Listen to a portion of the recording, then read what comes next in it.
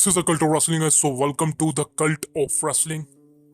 तो भाई आज की वीडियो में बात करने वाले हैं आज हुई स्मैकडाउन के बारे में। देखिए आज यूएसए नेटवर्क पर स्मैकडाउन का फर्स्ट एपिसोड था। जी हाँ, फर्स्ट एपिसोड ही कहूंगा इसको मैं, बिकॉज लास्ट वीक डेब्यू हुआ था तो ये फर्स्ट एपिसोड ही माना जाएगा। लेकिन क्या ये एपिसोड देखने लायक था? क्या स्मैकडाउन का एपिसोड ने अच्छा डिलीवर किया? तो भाई उसी बारे में बात करना चाहूंगा। और after math of SmackDown tonight क्या होने वाला है, क्या चीज़ें हुई हैं और आगे जाके फ्यूचर में बैड ब्लड से रिलेटेड हमको क्या देखने को मिलने वाला है, बहुत कुछ खास है इस वीडियो में। तो एक सिंपल छोटी रिक्वेस्ट है, पूरी वीडियो देखना, बहुत इंटरेस्टिंग वीडियो होती है। आपके लिए मेहनत करते हैं, आपके लिए वीडियो बनाते हैं, तो लेट्स रोल द टेप। अब देखिए सबसे पहले बात करें आज स्मैकडाउन के बारे में, सबसे बड़ा हाईलाइट तो यही था भाई, the Roman Reigns, the OTC Roman Reigns, the only tribal chief, the original tribal cheap and Cody Rhodes का फेस टू फेस। अब भाई किसी ने नहीं सोचा था ये फेस टू फेस नहीं बल्कि सिनेमैटिक फेस टू फेस होने वाला है, यानी कि एक फिल्म की तरह इसको प्रदर्शित करा जाएगा ट्रिपल एच के थ्रू, क्रिएटिव कंट्रोल के थ्रू। और वाकई में भाई बवाल मचा दिया इस सेगमेंट ने। देख के बिल्कुल नहीं लगा कि ये सेगमेंट थी, ऐसा लगा कि भाई कोई मूवी का सीन चल रहा है। Amazing, hats off to the creative team, hats off to the writers, hats off to Roman Reigns, hats off to Cody Rhodes, जिन दोनों ने भाई, जिन सभी ने इस सेगमेंट को अमेजिंग बनाया। और एक उतना हाइप तो बना ही दिया है बैड ब्लड के रिलेटेड कि सिर्फ अगर आप ये सेगमेंट देख के मैच देख लो ना, आपको कुछ और देखने की जरूरत नहीं है। अब आप ये सवाल नहीं उठा सकते कि डब्ल्यूडब्ल्यूई कंपनी को इसके लिए और हाइप बनानी चाहिए, because Roman Reigns bad blood में कम्पीट करने वाला एक टैग टीम मैच में कोडी रोड्स के साथ टीम अप करने वाला है against solo Sikoa and Jacob फाटू। तो भाई आज जिस तरह से हमको देखने को मिला Roman Reigns and Cody Rhodes का फेस टू फेस, एक बवाल लेवल का फेस टू फेस था। बातें करेंगे दोनों की सेगमेंट में क्या कुछ खास था। देखिए खास तो बहुत कुछ था, जैसे कि रोमन रेंस का स्टेडियम में आना और ये बोलना कि मैं यहाँ पे फुटबॉल खेलता था और ये मेरी एक तरह से कर्म भूमि है, एक तरह से अटलांटा जॉर्जिया मेरा ही है, ये स्टेडियम मेरा है, इंटायर सिटी मेरी है। लेकिन भाई कोडी रोड्स का ये कहना था कि सब तुम्हारा होगा, लेकिन द मोस्ट इम्पोर्टेंट थिंग, ये मेरा होम है, ये मेरा होम टाउन है। और भाई जिस तरह से कोडी रोड्स बोलता है, उसके फेस एक्सप्रेशन को देख के भाई वो क्यूरोसिटी मस्ती है ना, बवाल मचा देती है। और आज वाकई में भाई कोडी रोड्स ने जो एक्सप्रेशन दिए हैं इस सेगमेंट के थ्रू, भाई हैट्स ऑफ, हैट्स ऑफ। वैसे मैं आपको एक छोटी सी चीज बताना चाहता हूँ, कोडी रोड्स हॉलीवुड में काम करना चाहता था, हॉलीवुड का एक स्टार बनना चाहता था, मूवी स्टार बनना चाहता था, एक एक्टर बनना चाहता था। लेकिन आप जानते हैं भाई, जहां किस्मत और डेस्टिनी ले जाए वही होता है। कोडी रोड्स एक्टर तो नहीं बन पाया, वो रेसलर बन गया। लेकिन मैं आपको बताना चाहता हूँ कोडी रोड्स के अंदर वो एक एक्टर आपको हमेशा से दिखता होगा, स्पेशली जब से कोडी का डब्ल्यू कंपनी में रिटर्न हुआ है 2022 में।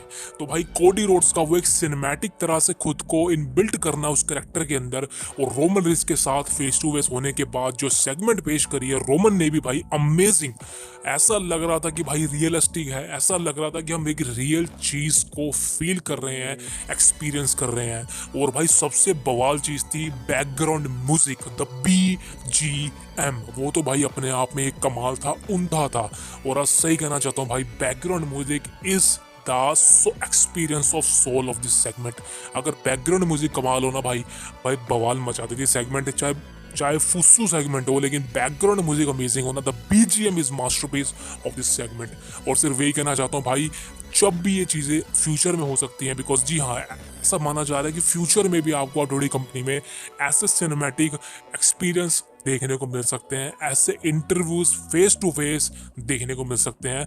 अमेजिंग होगा भाई, one of the best cinematic of this year in WWE. ऐसा लग रहा था कि भाई सही में कोई मूवी का सीन है, मिस हो जाएगा। अमेजिंग। लेकिन क्या अगर ये रिंग में होता तो उतना अच्छा जाता। लेकिन भाई जो मर्जी है, फेस टू फेस हुआ, अच्छे लेवल पे हुआ।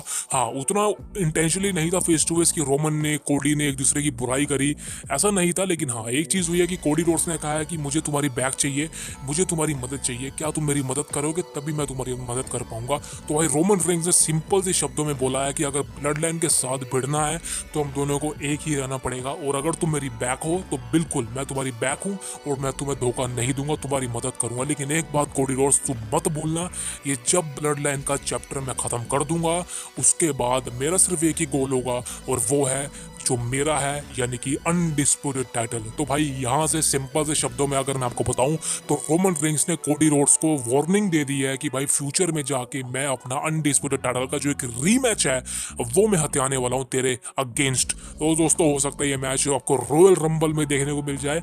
हाँ, रोमन का जीतना तो बहुत मुश्किल है दोबारा से, लेकिन हाँ हो सकता है ये मैच होगा, कंफर्म बोल रहा है ये मैच होगा। अब दोस्तों देखते हैं कि भाई बैड ब्लड में मैच कैसा जाता है, बिकॉज आज रोमन ने जो चीजें बोली हैं, जिस तरह से रोमन ने एक्सपीरियंस दिलवाया है, फील करवाया है अपने एक्सप्रेशन से कि जिमी ऊसो को उसने मुझसे छीन लिया, वाइजमैन को मुझसे छीन लिया, मेरी ओला फॉलो को मुझसे ले लिया।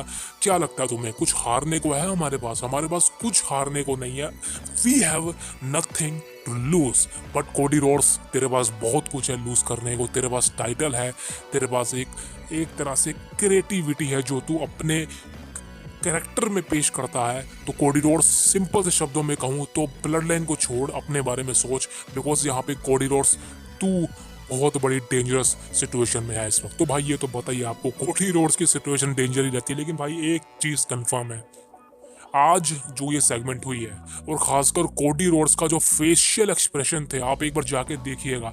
मैं आपको वीडियो में नहीं दिखा सकता बिकॉज आप समझ सकते हैं कि भाई, लेकिन भाई कोडी रोड्स का फेशियल एक्सप्रेशन देखना, वहां पर जो आपको दिखाई देगा, कोडी रोड्स जिस तरह से बोलता है भाई, वो अमेजिंग लगी मेरे को, अमेजिंग।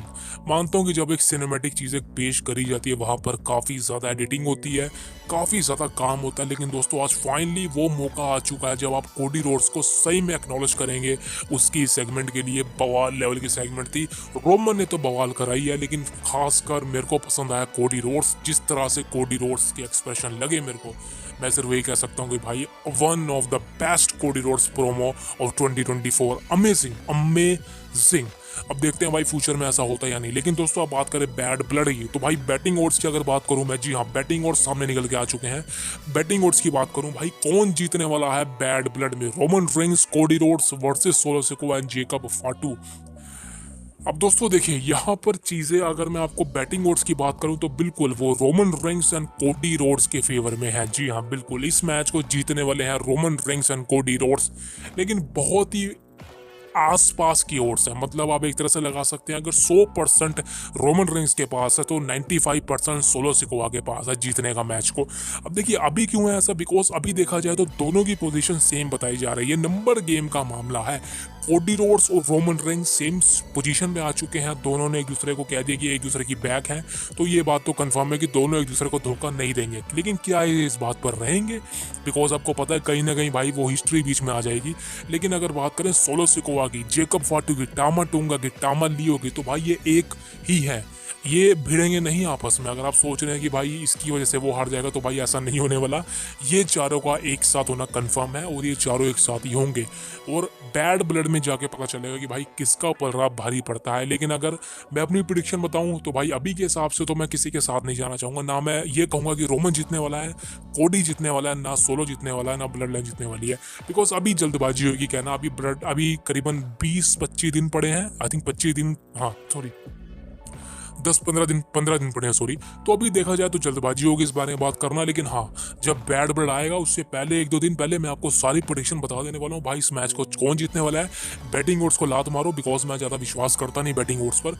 लेकिन the end of the day दोस्तों, ये मैच, ये स्टोरी, ये क्रिएटिविटी भाई अमेजिंग लेवल पे जा रही है, और जिस तरह से दिखाया गया है उस हिसाब से तो कह सकता हूँ कि भाई ये one of the best match भी बन सकता है पूरे बैड ब्लड का। वैसे बैड ब्लड का बेस्ट मैच तो भाई आपको पता है हेल इन अ सेल मैच ही होने वाला है, लेकिन one of the best thing कि भाई जो आज पेशकश करी स्मैकडाउन में वो बवाल लेवल की थी, अमेजिंग थी। इसके बाद दोस्तों बात करूं मैं केविन ओवेंस की। देखिए केविन ओवेंस के साथ सिचुएशन ना इस वक्त टामा टूंगा कर रही है, मतलब एक तरह से खेल रही है।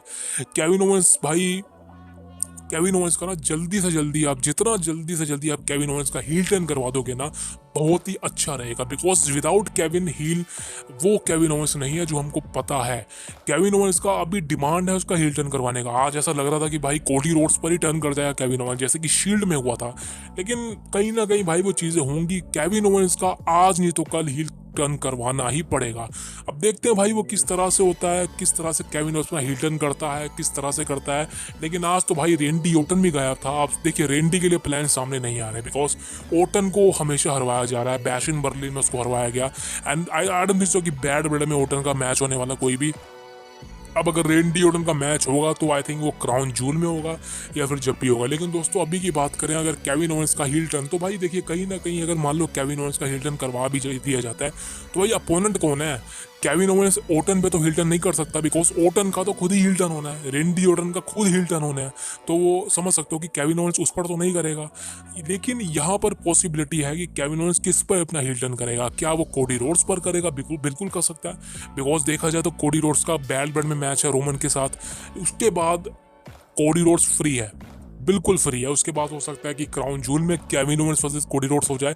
लेकिन एक बात कंफर्म बताया जा रही है कि कोडी रोड्स अभी भी केविन ओवेंस के साथ इन्वेस्ट दिखाई दे रहा है। ये स्टोरी बढ़ती ही जा रही है और इसका एंड एक ही तरह से होगा जब केविन ओवेंस बुरी तरह से कोडी रोड्स पर अपना हील टर्न करेगा। ये बात आपको दिखाई जा रही है और आप समझ लीजिए जो चीज़ डब्ल्यूडब्ल्यूई कंपनी दिखाती है वो होता ही है। जैसे कि सीएम पंक की हाइप बनाई थी पहले, वैसे सीएम पंक का रिटर्न हुआ और अब सीएम पंक के साथ जैसा हुआ था वही सेम कंडीशन इस समय केविन ओवेंस के साथ हो रही है। जिस तरह से केविन ओवेंस अपना प्रॉपर टाइम दिखा रहा है कि वो टर्न कर सकता है कोडी रोड्स पर, टर्न कर सकता है कोडी रोड्स पर, लेकिन अभी तक टर्न नहीं हुआ है। और आज स्मैकडाउन में भी ऐसा ही हुआ। एक बार ऐसा लग रहा था केविन ओवेंस कोडी पर अटैक करने वाला, लेकिन दोस्तों ये होगा, बिल्कुल होगा और ये होगा बहुत ही जल्दी। 1 या 2 महीने के अंदर ही आपको देखने को मिल जाएगा और एक बार दोबारा से आपको मैच देखने को मिलने वाला Kevin Owens versus Cody Rhodes. वहां पर केविन ओवेंस अपना हील टर्न करेगा, कंफर्म बोल रहा हूं। This is the biggest news. अब दोस्तों बात करूं the last update is gonna be Rusev. आपको याद होगा रूसेव कौन है भाई? रूसेव यानी कि मीरो। वैसे मैं उसको रूसेव ही बुलाता हूं बिकॉज उसी नाम से वो डब्ल्यूडब्ल्यूई कंपनी में पॉपुलर हुआ था, यानी कि रूसेव डे। तो भाई क्या लगता है रूसेव डे यानी कि रूसेव का डब्ल्यूडब्ल्यूई कंपनी में रिटर्न हो पाएगा या नहीं? तो दोस्तों देखिए यहाँ पर एक लेटेस्ट अपडेट बताऊं तो रूसेव ने all elite wrestling company Tony Khan से रिक्वेस्ट की है कि उसको रिलीज कर दिया जाए कंपनी से, उसका कॉन्ट्रैक्ट खत्म कर दिया जाए, उसको एक तरह से टर्मिनेट कर दिया जाए। अब दोस्तों क्या ऐसा होगा? क्या कारण है जिस वजह से रूसेव ऐसी डिमांड कर रहा है टोनी खान से? दोस्तों देखिए डिमांड की बात नहीं है, सिंपल सी चीज़ है कि टोनी खान ने अपनी कंपनी के अंदर बहुत से सुपरस्टार्स को भर्ती कर लिया है और इतने सारे सुपरस्टार को साइन कर रखा है कि भाई वो हर किसी को टीवी पे नहीं ला पाता। उसका डायनामाइट शो 2 घंटे का होता है, रैम्पेज 1 घंटे का होता है, कोलिजन 1 घंटे का होता है, तो भाई सबको मौका तो वो नहीं दे सकता। और एक तरह से देखा जाए तो उसका सिर्फ एक ही शो है डायनामाइट, जिसको आई थिंक पब्लिक देखती होगी, जिसकी व्यूअरशिप थोड़ी अच्छी रहती है। लेकिन उसके अलावा और उसके पास कोई भी वीकली टेलीविजन शो नहीं है AEW कंपनी के पास, जिस वजह से बहुत से सुपरस्टार ऑल एलिट कंपनी के अंदर हैं जो मौका नहीं दे पाते उनको काम करने का। और रूसेव उन्हीं में से एक है। और रूसेव को तो भाई मैंने काफ़ी टाइम पहले भी कहा था कि रूसेव को डब्ल्यूडब्ल्यूई कंपनी में आ जाना चाहिए था, यानी कि एक बार ऐसा आया था सामने कि रूसेव आना चाहता कंपनी के अंदर। लेकिन अभी फिलहाल डब्ल्यूडब्ल्यूई कंपनी ने रूसेव को कॉन्ट्रैक्ट ऑफर नहीं करा है। बिल्कुल अगर ऐसा करा होता तो ऐसा सिचुएशन सामने आती। लेकिन दोस्तों क्या आपको लगता है सच है? लोग दोस्तों मैं आपको अंदर की बात बताऊं तो भाई रूसेव को डब्ल्यूडब्ल्यूई कंपनी ने ऑलरेडी एक कॉन्ट्रैक्ट साइन दे दिया है। जी हाँ, कॉन्ट्रैक्ट का मतलब है एक कॉन्ट्रैक्ट ऑफर दे दिया है, एक ऑफर दे दिया है बहुत तगड़ा, जिस वजह से रूसेव डब्ल्यूडब्ल्यूई कंपनी में आना चाहता है दोबारा से और AEW कंपनी से जाना चाहता है। दिस इज वाई कि वो मांग रहा है अपना रेजिग्नेशन, मांग रहा है अपना रिलीजिंग AEW कंपनी से। लेकिन क्या AEW कंपनी ऐसा करेगी? देखिए अगर AEW कंपनी को पता लग गया कि डब्ल्यूडब्ल्यूई कंपनी उसको साइन करना चाहती है तो भाई मेरे को तो बिल्कुल नहीं लगता कि AEW कंपनी रूसेव को जाने देगी। और अगर मान लो जाने भी देगी तो वो रिलीज कर देगी, फायर कर देगी, जिस वजह से 90 डेज का क्लोज तो लगना ही है। जी हाँ बिल्कुल 90 दिन का क्लोज तो कंफर्म रूसेव पर लगेगा, बिकॉज वो रिलीज हुआ, फायर्ड हुआ। अगर वो टर्मिनेट हो गया तो सबसे बड़ी चीज़ हो सकती है कि उसका जो है 90 डेज का क्लोज ना लगे। जी हाँ, अगर किसी को टर्मिनेट किया जाता है, सस्पेंड किया जाता है, एक तरह से देखा जाए तो भाई उसका कॉन्ट्रैक्ट खत्म करा जाता है, तो वो एक तरह से 90 डेज का क्लोज उस पर नहीं लगता, बिकॉज कंपनी ने उसको टर्मिनेट किया है। लेकिन अगर कोई रिलीज करता है, रिलीजिंग का मतलब होता है एक तरह से रिलीज कर देना उसको कंपनी से कि हाँ हमारे पास बजट कट है, हम तुम्हें और पाल नहीं सकते, तो वो चीज़ें पे 90 डेज क्लोज सस्पेंशन लगता है। लेकिन अभी रूसेव के साथ सिचुएशन क्लियर नहीं है। क्या रूसेव का डब्ल्यू कंपनी में रिटर्न हो पाएगा, लेकिन अगर ऐसा हो गया तो वाकई में हो सकता है कि रूसेव के लिए अच्छे प्लान हो। लेकिन अगर मैं बताऊं अपने प्रिडिक्शन, तो मेरे हिसाब से भाई रूसेव का टाइम चला गया है। रूसेव का ही नहीं बल्कि रूसेव के साथ बहुत से सुपरस्टार हैं जो 2015 में डब्ल्यू कंपनी में आए थे, लेकिन फिलहाल उनका कुछ भी नहीं हो रहा है। जस्ट लाइक अल्बर्टो डेल रियो। जी हाँ, अल्बर्टो डेल रियो के बारे में भी न्यूज़ सामने आ रही है कि अल्बर्टो डेल रियो डब्ल्यू कंपनी में आना चाहता है, अपना एक रिटायरमेंट मैच लड़ना चाहता है डब्ल्यू कंपनी में आके। लेकिन भाई मेरे को नहीं लगता कि ट्रिपल एच ऑफर करेगा कॉन्ट्रैक्ट, बिकॉज अभी फिलहाल देखा जाए तो डब्ल्यू कंपनी का जो एक लोकर रूम है वो स्ट्रैक्ड है, पूरी तरह से बल्कअप है। उनको किसी भी सुपरस्टार की ज़रूरत नहीं है, उनको ब्रॉक लेसनर की ज़रूरत नहीं है। तो भाई एडब्ल्यू कंपनी के रेसलर्स हो गई, अपने पुराने रेसलर की ज़रूरत क्या पड़ेगी डब्ल्यू कंपनी को। फिलहाल डब्ल्यू कंपनी का एक मोटिव है कि भाई साइनिंग बंद है। जी हाँ, बिल्कुल अभी कोई मेजर साइनिंग नहीं हो रही। एनएक्सटी के अंदर साइनिंग होती है, जैसे कि जूलिया आई है अभी, आई थिंक कोई लूचा डोर्स ब्रदर्स आ रहे हैं सामने, आई डोंट नो कौन है वो। बट द मेजर साइनिंग अगर बात करें, जैसे कि बड़ी साइनिंग करो, जैसे कि Daniel Bryan, dean Ambrose, John Moxley, तो बात बने, लेकिन भाई वो तो इम्पॉसिबल है। सभी के अकॉर्डिंग देखा जाए दोस्तों, there is no possible promise that Rusev will ever back in WWE. So दोस्तों, this is the latest video from today. I hope you like the video and don't forget to share and subscribe the Cult of Wrestling, because subscribe नहीं करोगे भाई कुछ नहीं होने वाला। आपके लिए वीडियो बनाते हैं, आपके लिए मैसेज लेके आता हूँ, तो भाई एक छोटी सी रिक्वेस्ट तो बनती है, एक छोटा सा सब्सक्राइब मिल जाता ना, हमारा दिन बन जाता है भाई। So thank you very much. मैं आपसे मिलूंगा कल। See you tomorrow. Thank you very much.